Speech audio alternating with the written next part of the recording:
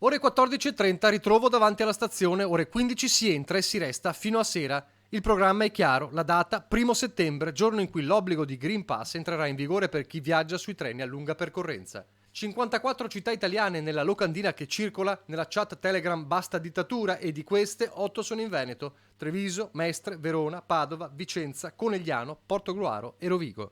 Insomma, il variegato popolo dei No Green Pass alza il tiro della protesta e stavolta non si accontenta di manifestazioni di piazza o di cortei.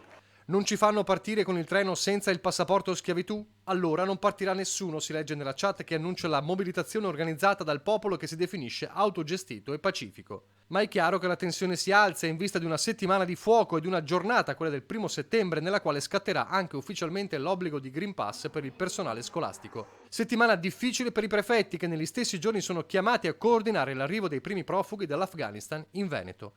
La mobilitazione dei gruppi No Green Pass verrà monitorata nei prossimi giorni.